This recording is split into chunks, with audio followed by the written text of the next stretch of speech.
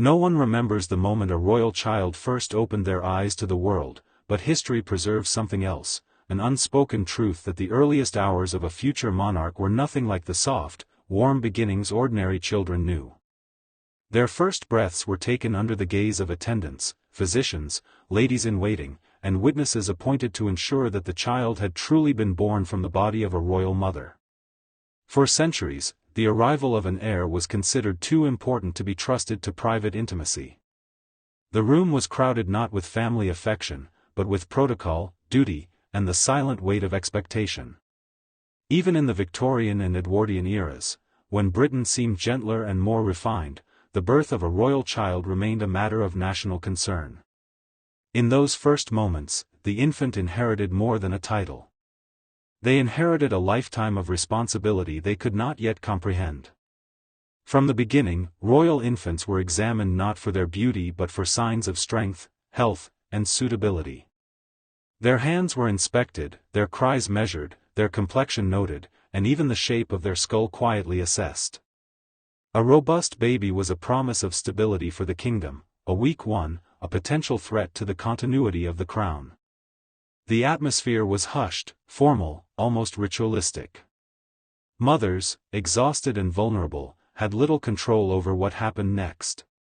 Their newborns were quickly carried away by nurses who belonged more to tradition than to the family itself.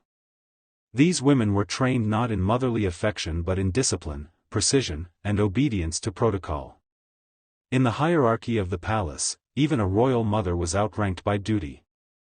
The first days of a royal child's life followed a schedule set long before they were born. Feeding times, sleeping times, and even the rhythm of the child's breathing were monitored and recorded. A royal infant's cries were soothed not by a mother's embrace but by the hands of professionals. There were rules, strict ones, about how often the mother could see her child, how long she could hold the baby, and under what circumstances she was allowed in the nursery. The purpose of this distance was not cruelty but preparation. From the earliest hours, the child was shaped to be more symbol than human, more crown than child. The nursery itself was a world apart, calm, silent, and meticulously ordered.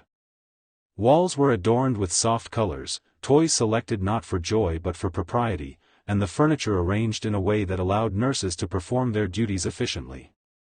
Everything had its place, and nothing in the room was accidental. A royal nursery had to reflect the dignity of the crown, even though the occupants were too young to stand or speak. The air smelled faintly of linen and polish, the floorboards creaked softly, and every sound was muffled, as if the room itself knew it carried the future of a kingdom.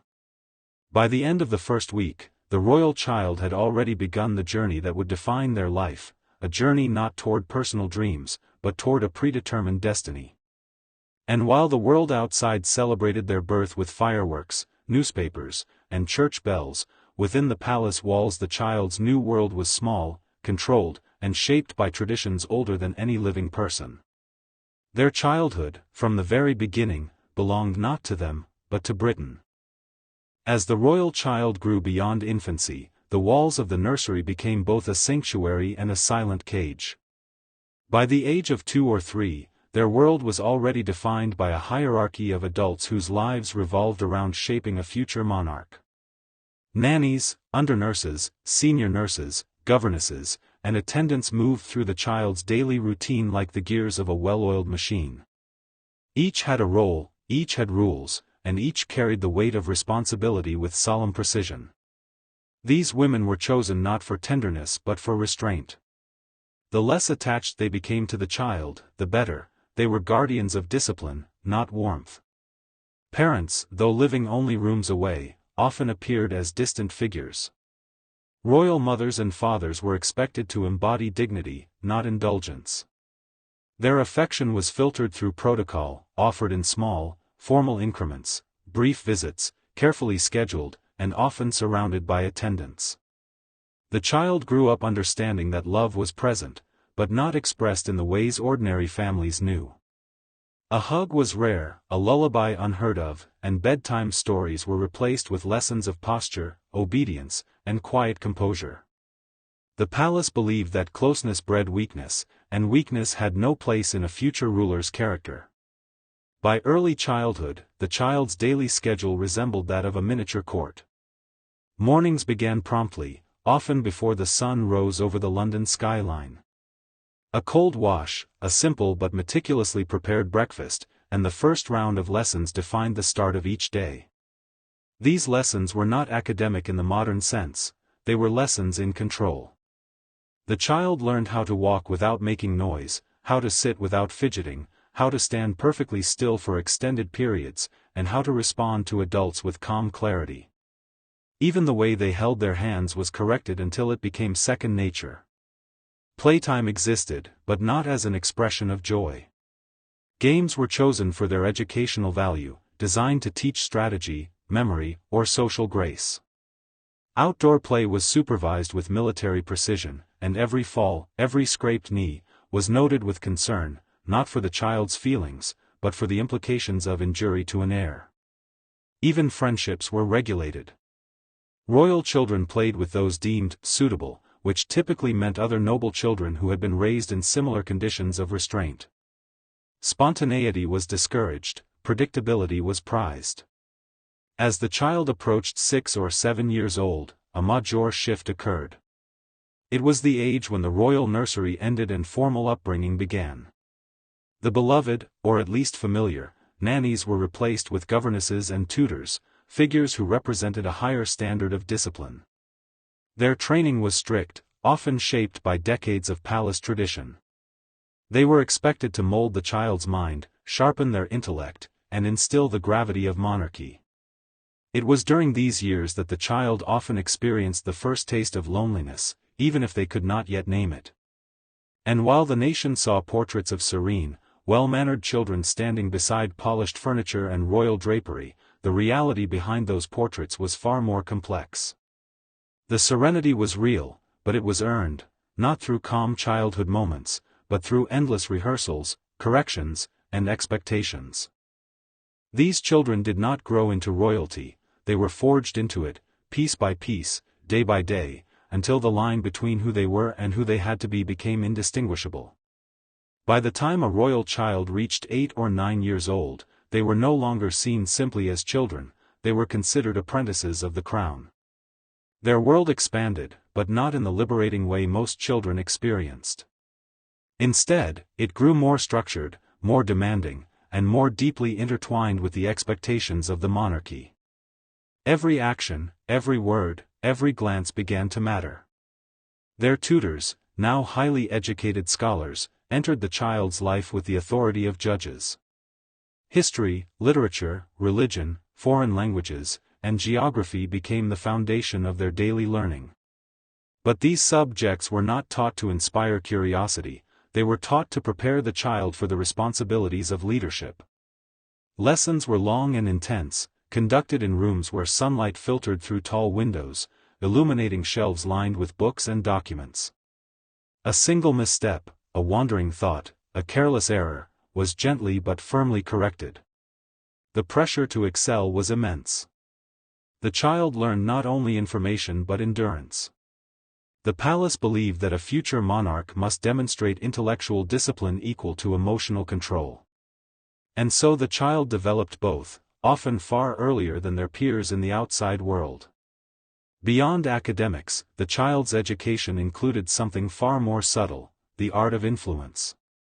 They learned how to listen without reacting, how to speak with measured confidence, and how to conceal personal feelings behind a carefully constructed exterior.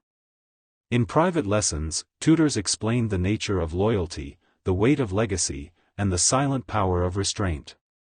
These were lessons never written down, never spoken publicly, yet they shaped the very core of a ruler. Meals followed strict etiquette designed to reinforce order. The child learned how to hold utensils, how to taste without expressing preference, and how to sit perfectly upright for the entirety of the dinner.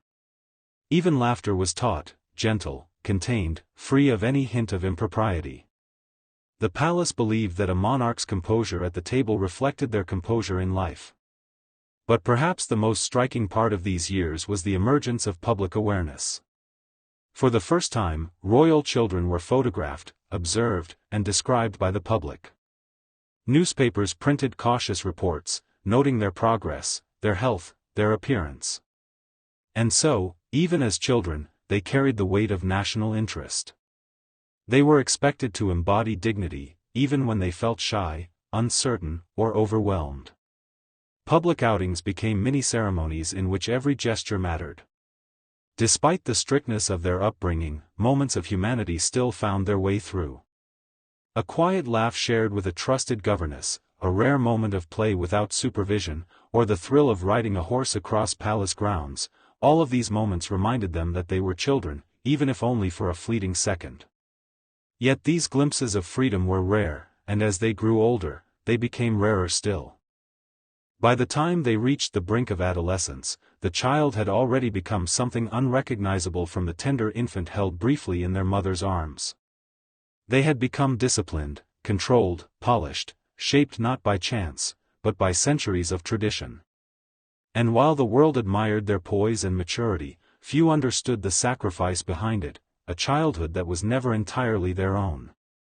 Adolescence for a royal child did not arrive gently. It arrived like a tide, slow at first, then all at once, carrying with it the expectations of a nation, the scrutiny of the court, and the growing understanding that life inside the palace walls would never resemble the world outside. At around 12 or 13, the child entered what the palace considered the formative years, a period when discipline tightened, lessons deepened, and personal desires quietly surrendered to duty. The transition began with a shift in their tutors. Gentle governesses, who once represented structure and safety, were replaced by stern scholars, experts in statecraft, economics, political theory, and philosophy. These new instructors cared nothing for childhood innocence. They were there to mold a mind capable of ruling. Days grew longer, with lessons stretching into the evenings and early mornings. The child learned about treaties, wars, alliances, and betrayals that had shaped Britain. They studied the failures of past monarchs and the triumphs that defined eras. Each lesson carried an unspoken implication: one day, all of this will matter to you. In these years, emotional privacy faded further. Adolescents naturally experience doubt, mood swings, and curiosity about the world, but in the palace, such fluctuations were quietly corrected. A future monarch could not appear uncertain. If the child asked the wrong question, it was dismissed. If they displayed frustration, it was gently but firmly suppressed. They were taught that composure was not merely a habit, it was survival. A single moment of weakness could be interpreted, remembered, and potentially used against them. Their physical routine intensified as well. Exercise, once a supervised game, evolved into structured training. Horseback riding, fencing, and formal posture exercises filled their afternoons. Even their gait was just to appear confident yet effortless. Standing still for long periods, walking in precise lines, holding their chin at the correct angle, these were not trivial instructions. They were rehearsals for the gaze of thousands who would one day watch their every move. Clothing became symbolic. For boys, tailored jackets, waistcoats, and polished boots signaled their transition from child to young gentleman. Girls began wearing dresses that reflected status, heritage, and dignity, outfits chosen not by preference but by tradition. Every garment conveyed meaning, every color had significance. Children who once played in simple cotton now moved through corridors in garments designed to remind them, and everyone around them, of the role they were born to fill. Social life shifted dramatically. Interactions with peers were still arranged, but now more formally. Conversations were monitored, friendships curated. A careless remark could be noted by attendants and reported. For many royal adolescents, trust became a fragile commodity. They learned early that true friendship was rare, and that most relationships within the palace existed within the boundaries of formality and caution. Yet, beneath all this structure, hints of individuality still tried to push through. Some royal teens developed secret hobbies: sketching, writing, collecting odd trinkets, or sneaking extra books into their rooms. Others found solace in gardens or quiet corners of the palace far from the constant supervision.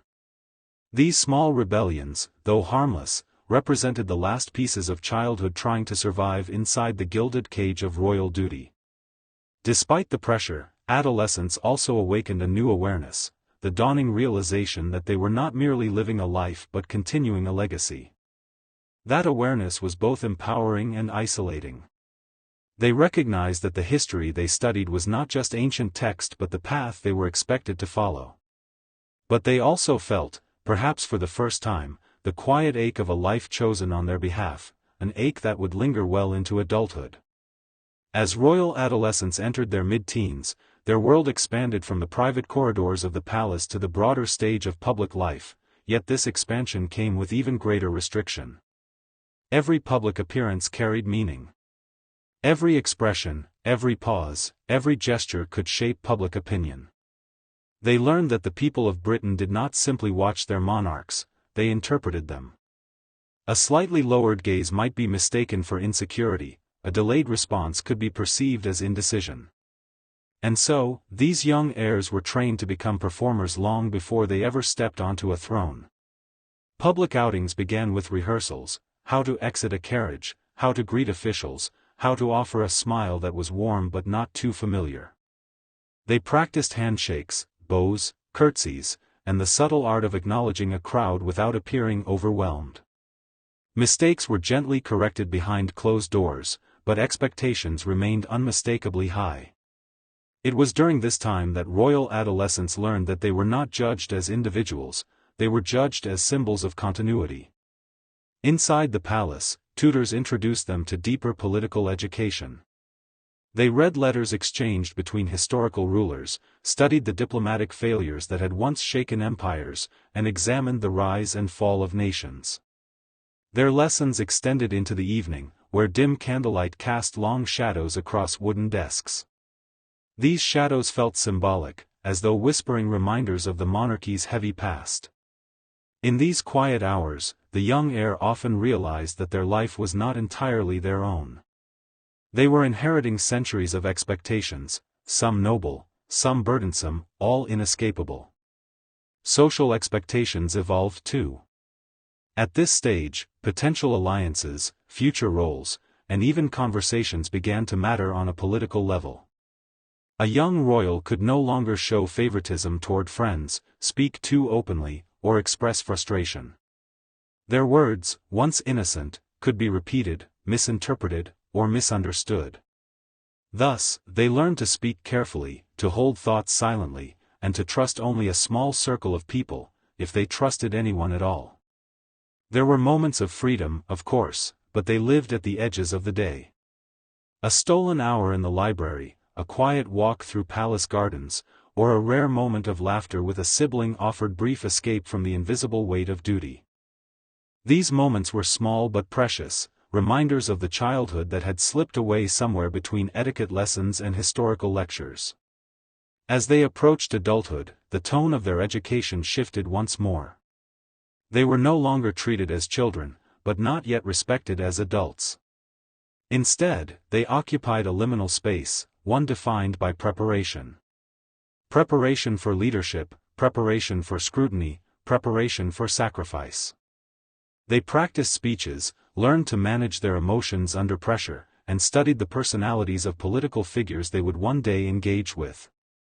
Every part of their training aimed to ensure that when they stepped into their future role, they would not falter, not even for a moment. And yet, beneath the polished exterior that the world admired, there existed a quiet truth: royal adolescence was a balancing act between expectation and identity. Some heirs embraced their fate wholeheartedly. Others questioned it silently, wondering who they might have been had they been born outside the palace walls. But regardless of their personal feelings, their path was already set. With every passing year, their childhood receded further into memory, replaced by the responsibilities of a life they had never chosen. By the time a royal heir stepped into their late teens, their transformation was nearly complete. They were no longer shaped solely by tutors and governesses. The entire machinery of the monarchy now revolved around preparing them for the future. Advisors, courtiers, political figures, and private secretaries gradually entered their orbit, each offering a different lesson wrapped in formality. It was during these years that the young heir understood, often with a quiet heaviness, that their life would forever be lived under the scrutiny of history. Their education evolved into something more practical and more daunting. They studied state documents, constitutional roles, and the delicate balance between influence and restraint. They learned what could be said in public and what must remain unspoken. Diplomacy became a central focus: how to speak to foreign ambassadors, how to navigate delicate conversations, and how to diffuse tension using nothing more than tone and posture. These skills were taught with precision, often through rehearsed scenarios that mirrored real political challenges. As responsibilities increased, so did ceremonial duties. Young royals attended formal dinners, public celebrations, military events, and charitable ceremonies. Each appearance was a performance orchestrated down to the smallest detail: where to stand, when to speak, how long to stay. Behind the scenes, attendants whispered cues, guiding the heir through the choreography of monarchy. What the public saw, a confident, composed young royal, was the result of years of calculated training. Inside the palace, relationships became more complex. Childhood bonds with nannies and governesses had faded, replaced by the formal companionship of advisors who spoke in measured tones. Even family interactions carried an undercurrent of duty. Royal parents, who had once been distant figures, now engaged their nearly grown children with an air of mentorship. Conversations shifted from personal matters to state affairs, from emotions to obligations. The heir was expected not only to understand the monarchy but to embody it. These years were also marked by personal conflict. Young royals often felt the pull between their private identity and their public role. They experienced the same curiosity, frustration, and dreams as other teenagers, but their lives allowed little space to explore them. Friendships remained limited, romance tightly controlled, and moments of true privacy rare. Even their diaries, if they kept them, were written cautiously, with the awareness that history could one day read their words. The palace itself seemed to shift around them. Corridors they once ran through now felt solemn. Rooms where they once played now belonged to the past. The heir walked through the same halls but carried a very different weight. They were no longer shielded from the realities of monarchy, they were being prepared to uphold them. Every lesson, every correction, every ceremony served a single purpose: to ensure that when the crown eventually touched their head, whether literal or symbolic, they would be ready. Yet, despite the constant demands of their role, there were still moments that reminded them of their humanity. A silent evening by the fireplace, a conversation with a trusted advisor who spoke more like a friend, or the rare opportunity to explore the palace grounds alone. These moments were the threads that kept them grounded, allowing them to breathe amid a life that otherwise belonged entirely to duty. By the end of their teenage years, the heir had become almost indistinguishable from the role they were destined to fill. Childhood had been left long behind, adolescence shaped with discipline, and early adulthood forged in responsibility. The path ahead was clear, though not always desired. But for a royal heir, desire had never been the guiding force, duty was. As the royal heir stepped into early adulthood, the world around them shifted once more. They were no longer seen as a student of monarchy, they were now expected to behave like a future sovereign. The palace treated them with a new kind of formality, one that carried both privilege and pressure. Doors that once opened into classrooms now opened into meeting rooms where real decisions were discussed. The heir sat quietly at first, listening to advisors debate matters of policy, international relations, and public welfare. Gradually, they were encouraged to speak, to form opinions, and to understand the complexities of leadership not from books, but from the living structure of the monarchy itself. This period marked the heir's first true exposure to power. It was subtle, almost invisible, yet undeniable. They were invited into private conversations between senior royals and government officials, not to participate, but to witness. These experiences were intentionally crafted to teach them how power flowed, how a monarch influences without commanding, how words can guide without dictating, and how silence can be as strategic as speech. At the same time, they were warned about the limits of their authority, reminded that the monarchy in modern Britain was both ancient and restrained. They learned that influence, not control, defined their future role. While their public duties increased, their personal life became even more restricted. Every gesture they made in front of a camera was analyzed, discussed, and often judged. Their clothing choices, facial expressions, and body language captured public fascination. Headlines speculated about their friendships, their routines, their emotions. The heir learned to maintain composure under constant observation, to allow no glance or gesture to betray inner conflict. Privacy, already scarce in childhood, became almost non-existent.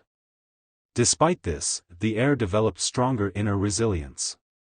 They learned to navigate social events with grace, offering smiles and handshakes while concealing fatigue or frustration.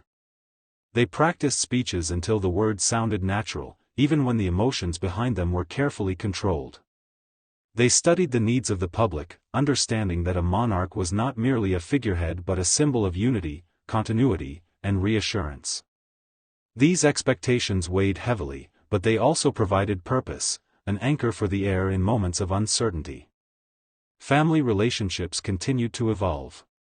Parents who had once seemed distant began to share wisdom through formal mentorship. They spoke of moments from their own youth, decisions they regretted, and lessons they wished they had understood earlier. These rare conversations allowed the heir to glimpse the humanity behind the crown, proof that even monarchs carried memories of struggle and doubt. Siblings, if they had them, often played a complex role: companions, rivals, confidants.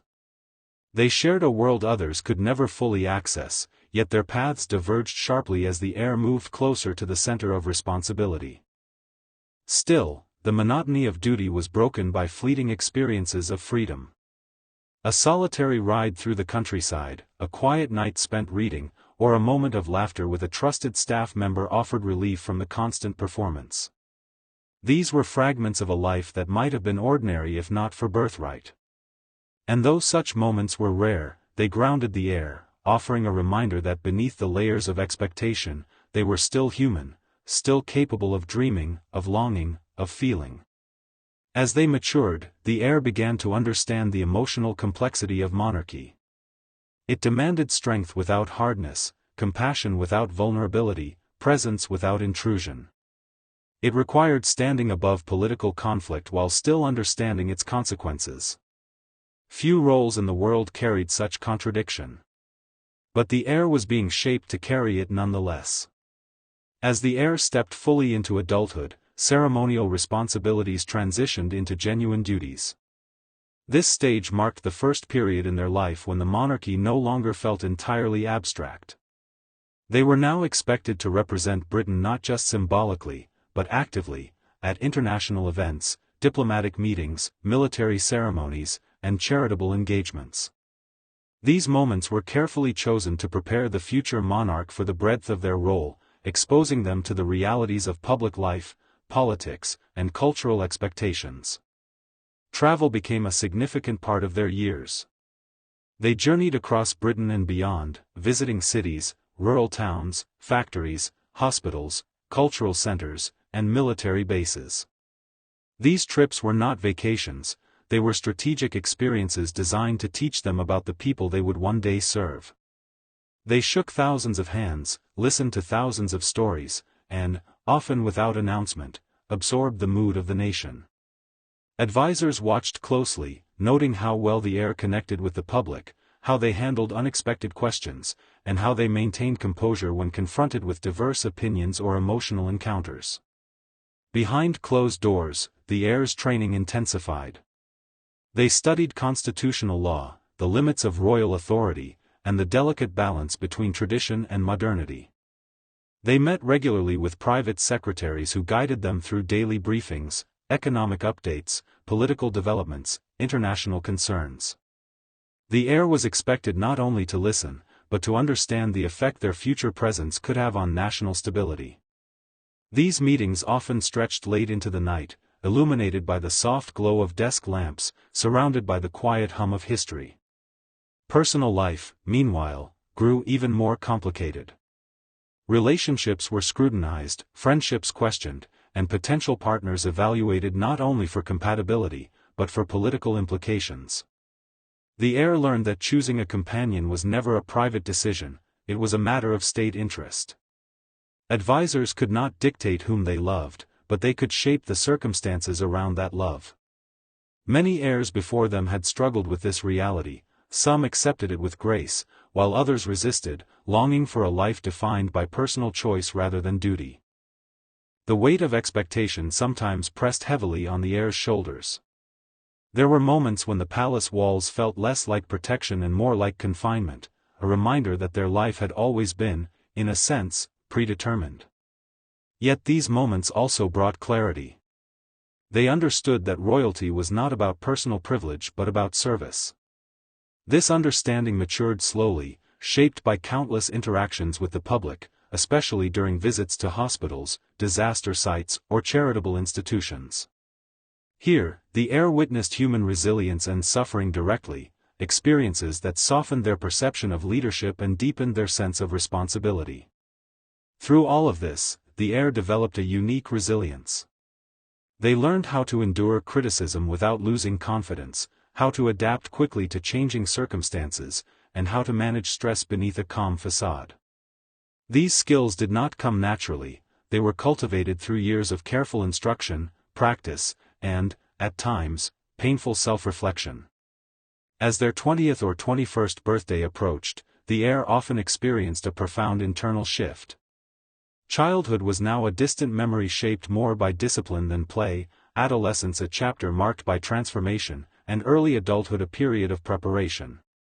They stood on the threshold of the life they had been raised for, ready or not. And though the world saw them as polished, confident, and unshakable, only they understood the sacrifices and quiet work that had forged their character. By the time the heir reached full adulthood, the transformation was nearly complete. They were no longer simply a child molded by centuries of ritual, they had become an embodiment of the monarchy itself. The lessons of their youth, the discipline of their adolescence, and the responsibilities of early adulthood converged into a single truth: they were now a living continuation of Britain's long, unbroken story. The crown, whether resting on their head or waiting in the shadows of Westminster, seemed less an object and more a silent companion guiding every step. As they moved deeper into their official duties, the heir discovered the subtle rhythm of royal life, an intricate balance between tradition and adaptation. They witnessed the quiet negotiations that took place behind closed doors, where advisors whispered strategies and government officials measured every word. They attended ceremonies whose origins were older than many nations, yet still carried profound meaning. Each ritual, from laying a wreath to opening a hospital wing, anchored them to the history they represented. In these moments, the heir came to understand something their childhood could never fully explain: monarchy was not built on power, but on presence. A steady presence in times of uncertainty. A symbolic presence in times of celebration. A reassuring presence when the nation felt lost. Their very existence, shaped by decades of preparation, offered continuity in a world that changed with alarming speed. And though the role demanded sacrifice, personal anonymity, emotional restraint, and a life lived beneath scrutiny, it also offered purpose. A purpose that few in history would ever know. Yet beneath the composed exterior lay the memories of a childhood unlike any other. Memories of nurseries filled with quiet order, of governesses who taught discipline more than affection, of lessons that demanded perfection, of loneliness softened only by rare moments of stolen freedom. These memories did not fade as the heir matured, they deepened, becoming part of the internal landscape that shaped their character. They understood now why their upbringing had been so strict. Not to harden them, but to prepare them for a life in which every decision echoed far beyond their own desires. As they stepped into their public role more fully, there were moments of doubt. Moments when the pressure felt overwhelming, when the expectations of millions weighed heavily on their shoulders. But there were also moments of clarity, when a child smiled up at them during a public visit, when an elderly veteran thanked them for listening, when a community found hope simply through their presence. These small encounters reminded the heir that monarchy, for all its rituals and restrictions, was rooted in human connection. Looking back, the heir could see how each phase of their life had shaped them. The rigid structure of early childhood created discipline. The complexities of adolescence forged emotional resilience. The responsibilities of young adulthood built wisdom. Through these stages, they learned not only how to rule, but how to serve. And in the quiet hours, when the palace finally slept, they allowed themselves a rare moment of reflection, acknowledging both the burden and privilege of the path they had been given. Their story, though deeply personal, was also universal. It reflected the timeless truth that even those born into grandeur carry unseen struggles, and even those destined for greatness must first endure the shaping forces of their past. Royalty did not eliminate humanity, it magnified it in unexpected ways. And so, as the heirs stood on the threshold of their future, poised between the weight of history and the promise of tomorrow, they became more than a figure of tradition. They became a living bridge between Britain's past and its unfolding future. A reminder that behind the crown lies a human journey, shaped by sacrifice, discipline, and a destiny written long before the child took their first breath. If you'd like more stories about the hidden world behind the throne and the untold sides of Britain's past, make sure to subscribe to Old Britain Secrets and share your thoughts in the comments. Your voice keeps history alive.